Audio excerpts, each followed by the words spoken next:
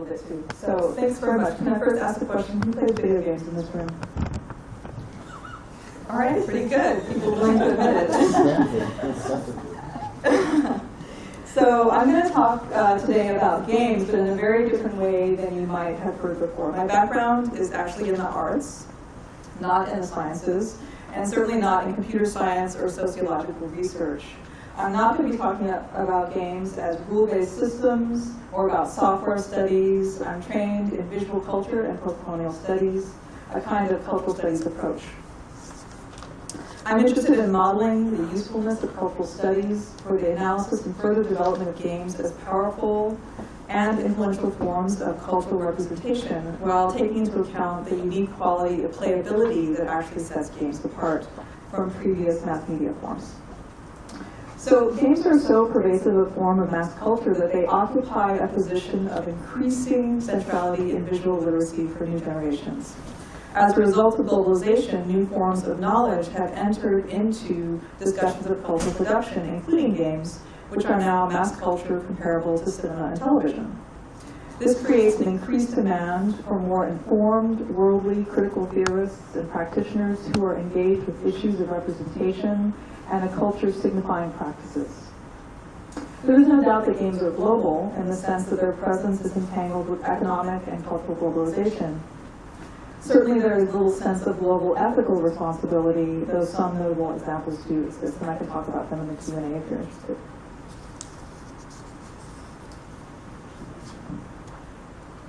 So my central method is rooted in this kind of critical studies approach, a critical cultural approach, that gives analysis to games as nuanced visual expressions capable of shaping, maintaining, and potentially contesting forms of power.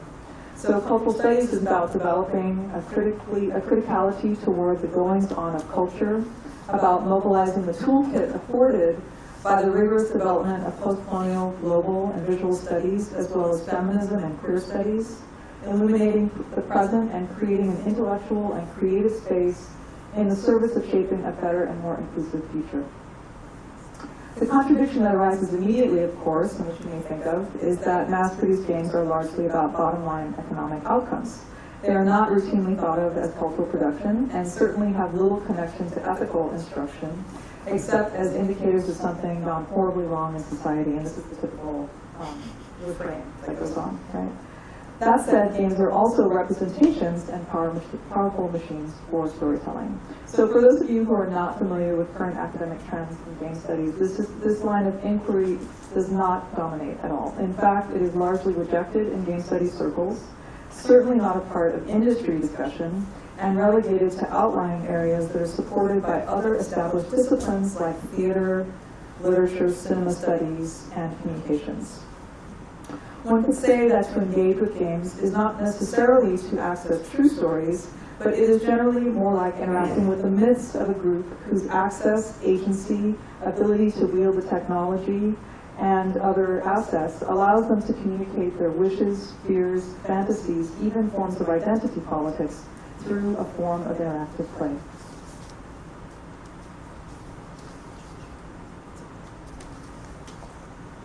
The renowned and recently passed West Indian British cultural theorist Stuart Hall, who you see here, in his 1989 lecture at the University of Massachusetts, which was called The Origins of Cultural Studies, observed of popular television narratives, quote, "They are myths which represent in narrative form the resolution of things which can't be resolved in real life. What they tell us about the dream life of a culture. But to gain privileged access to the dream life of a culture, you had better know how to unlock the complex ways in which narrative plays across real life."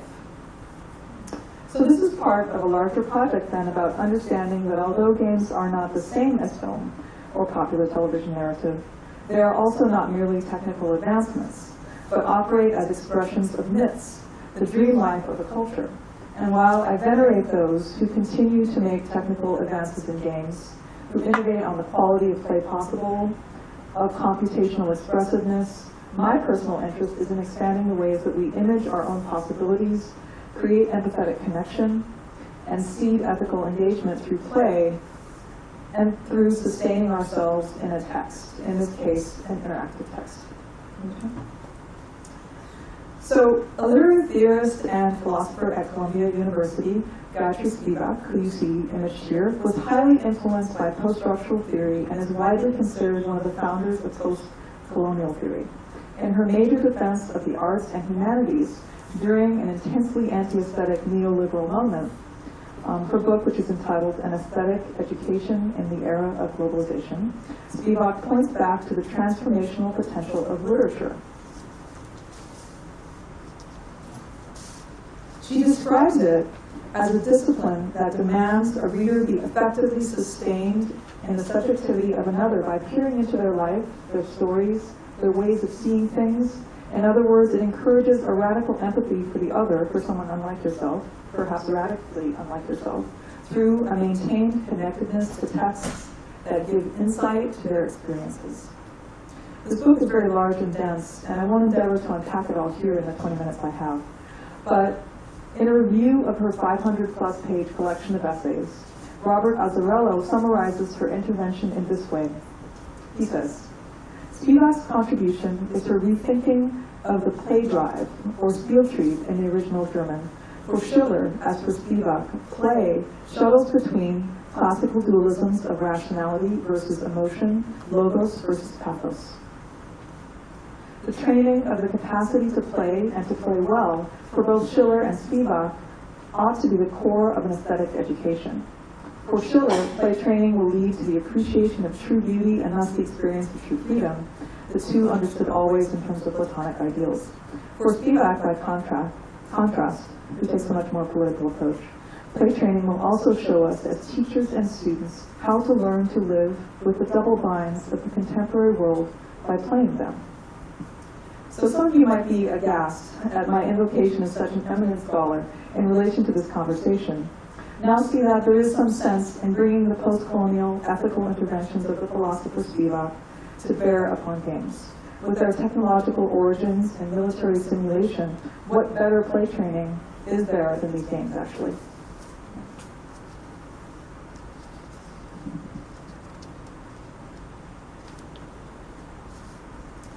Inspired by Spivak's call to embrace alterity and contradiction, I'm interested in considering how games as sites of aesthetic expressiveness that suspend us in stories of others can reflect the world as it is and present tools for imagining engagement with the world, for imagining what our place in it may be. Her engagement with play as key to ethical engagement in the world suggests some as yet untapped richness to be mined in the critical cultural analysis of games.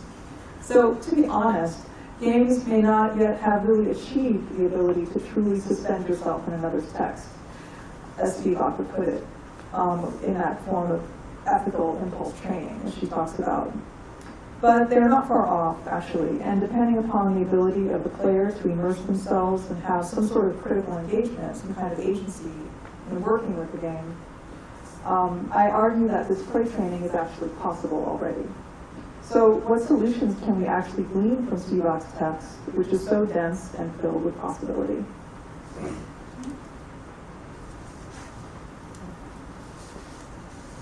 Among the many rich springboards of investigation is a strategy that Spivak proposes, a move toward an intellectual framework that opens up new potentials. She calls this planetarity, a freely chosen existence in a state of contradiction. This is not a syrupy vision of pluralism. It's not multiculturalism that seeks to preserve difference or makes claims on acceptable ways of being authentically different. This is the radical move away from comfort zones and resolution, and an embrace of the ongoing position of alterity. Spivak writes that we have to think of the national and international in new ways. She asserts we have to reimagine the planet anew, in effect. Globalization, as an intellectual model, she says, presents, as you can see up on the screen there, it presents a kind of rational grid, a totalizing vision, a totalizing capitalist order, and seeks to translate everything into a universal system of exchange. It is made of speed and not places. It is one model, but the planet, conversely, is open, filled with alterity, including our own. We should, as she insists, imagine ourselves as planetary accidents rather than global agents, as planetary creatures rather than global entities.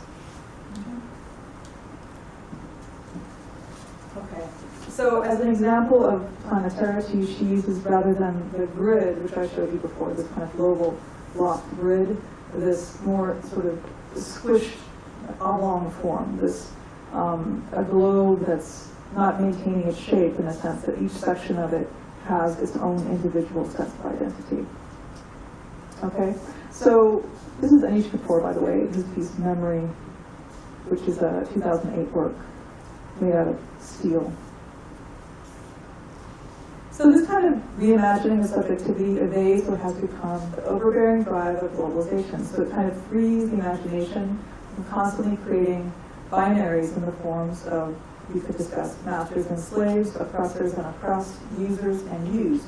Instead, we can begin to think through the frameworks of empathy, caretaking, and, as she says, responsibility as a kind of right as opposed to an obligation. It's a paradigm shift. So I point out this globalizing to planetarity move because it presents a kind of useful paradigm shift that can open up cracks that let in a bit of light and air and possibility, what she calls affirmative sabotage, that can repurpose existing tools for something else, even an ethical intervention perhaps. So there are several games that are beginning to kind of capture the ethos of this turn, but which advance imagined outcomes that push away from the negative globalization model. And time is short, so I'll just look at one small example. So how many people have heard of this game before? Back off the line. Okay, so this is a game from 2012. It couches itself in a very simple mission, which is that you're supposed to locate a lost leader, right, military leader, and his men, and basically save them. It's a third-person shooter, which means you can see your character on the screen as you play. The game is noted for its tremendous sense of moral ambiguity, and for many, they liken the game to Apocalypse Now, to the film Apocalypse Now. So this kind of cost of war, psychological pressure of war, this kind of thing. So you play Captain Walker.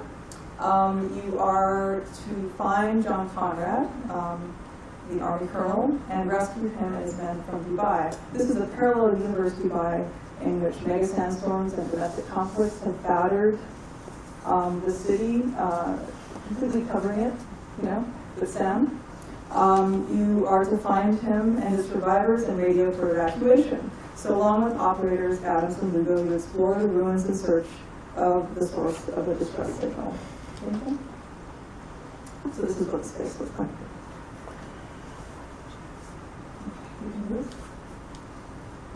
So Apocalypse Now, the original film, the maker of this game, the lead writer actually admitted that, in fact, if you turn to the next slide, that it was based upon Heart of Darkness. Yes, next slide. He based it on Heart of Darkness, which was an 1899 novella made by Joseph Conrad, which you may be familiar with. So criticism of war games circulates around their militarized vision and logic of the violence, and there's a lot of sociological-based discussion on the popular media about this connection between the enacting of violence in the game and doing the same in the lived world. But what is understudied is a very critical cultural approach. So one person who does talk about this is Nina Allison, and she talks about World War II historical military shooters. And what she says is this, that the games that model World War II battles actually use an ideological sleight of hand in which they point to a moment in history that's been firmly constructed as a good battle, a good war, right? And then nest contemporary conflicts, which are much more fraught, within the sensibility of that good war, right? So she says, even if current wars in Iraq and Afghanistan do not fit the model that is propounded by these games, a war of precision, timing, and firing in which enemies are clearly located and there is no collateral damage, these games still reflect the fantasy of what modern war is: clean, precise, fast-paced, and with quantifiable success. So video games present war as something that can be controlled and mastered without any post-traumatic stress disorder, right? Without any real death. Okay. This seems to resonate with a contemporary political affective moment that for some heralds the kind of death of a certain traditional sense of America, the erosion of American way of life and its moral firmament, which was more stable in the ideological writing of that World War II history as the Good War. So it's true that most military shooters kind of presume the heroic and moral rectitude of their protagonists, and that they may appeal to a player's desire to feel a certain way about their soldier heroes. However, this game, The Line, actually proves an exception because it presents very compelling missions, right? But at the same time, it actually departs from genre conventions by resorting to moral culpability, to a sense of contradiction within the game. So as the narrative unfolds, you can turn to the next slide. As the narrative unfolds, these tropes turn in on themselves and the player begins to question your own character, Walker's, spinning rationalizations for the violence that's being enacted, his shooting, his constant shooting throughout the game, the perpetual strain from the mission, and also players begin to want to distance themselves from the very character which they typically would most identify. So as you play, you become somewhat frustrated by what it is that you seem to have to do in the game. So load screens like this one that you might see during gameplay, these load screens appear while the next part of the game is actually loading up on a computer. Say things like, do you feel like a hero yet? You are still a good person. You cannot understand, or do you want to? This is all your fault, right? Or my favorite, what happens in Dubai stays in Dubai. So these messages are charged with a kind of reverse polarity to the action of the game. They undermine the presumption that one plays from a central position of good.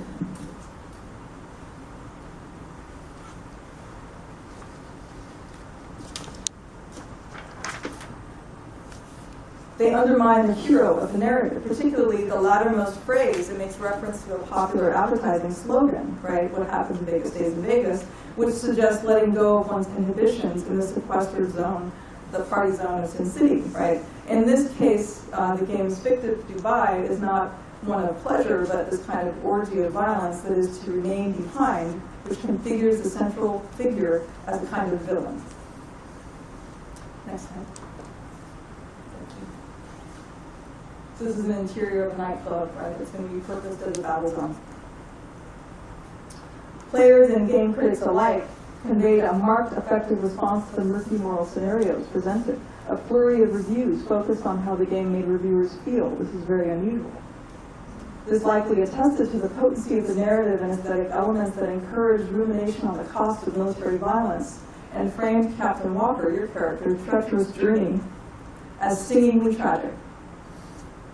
Moral quandaries are presented. Gameplay does not necessarily permit the player to opt for a morally sound path. Next slide, please. It is not possible to play as good or evil Walker. In one scenario, for example, one must choose between shooting a man who stole water out of desperation in this desert, or the soldier who killed Latif's family in an attempt to apprehend him. Under threat of sniper fire, one must decide: shoot the soldier, shoot the civilian, attempt to free them by shooting their ropes, attempt to shoot the snipers, or simply try to run. None of the options are good. Next slide. So, if suspending ourselves in these gaming texts teaches us to sustain ourselves in the contradiction of a double bind, what double binds do we play with here? Fundamentally, the core game mechanic of The Line, shooting, right, it's a military shooter, shapes the limitations of what the player can do. A shooter requires shooting, so it's not as if Walker, our main character, is going to be doing much else. But this dissonance between the ideals of a humanitarian mission of rescue and the use of excessive violence in the process becomes the double bind. Here, replayability is one key quality for enhancing the understanding of the multidimensional nature of this particular scenario. One makes mistakes and begins again, right? Some of the actions become routinized. The repetitive play slowly teases out underlying meanings, details, aesthetic subtleties, and contemplations. Progress depends not on distraction, but actually on attentiveness, sensitivity to nuance. In this game, it is in the repeating and adjustment of strategy that the meaning-making and an internal self-critical mechanism is jump-started. As one critic opined, quote, as the game goes forward, it becomes weirder and weirder that he's killing so many people. So in conclusion, I'd just like to assert that Spivak's proposed global grid to planetarity shift is echoed in Walker. In this game, he is remade from the normative hero character into a kind of accident, an aberration, as paradigm that can no longer hold its shape. I would argue that sitting with these contradictions, these double binds in playable representation, offers the potential for training in ethical impulse. Thank you.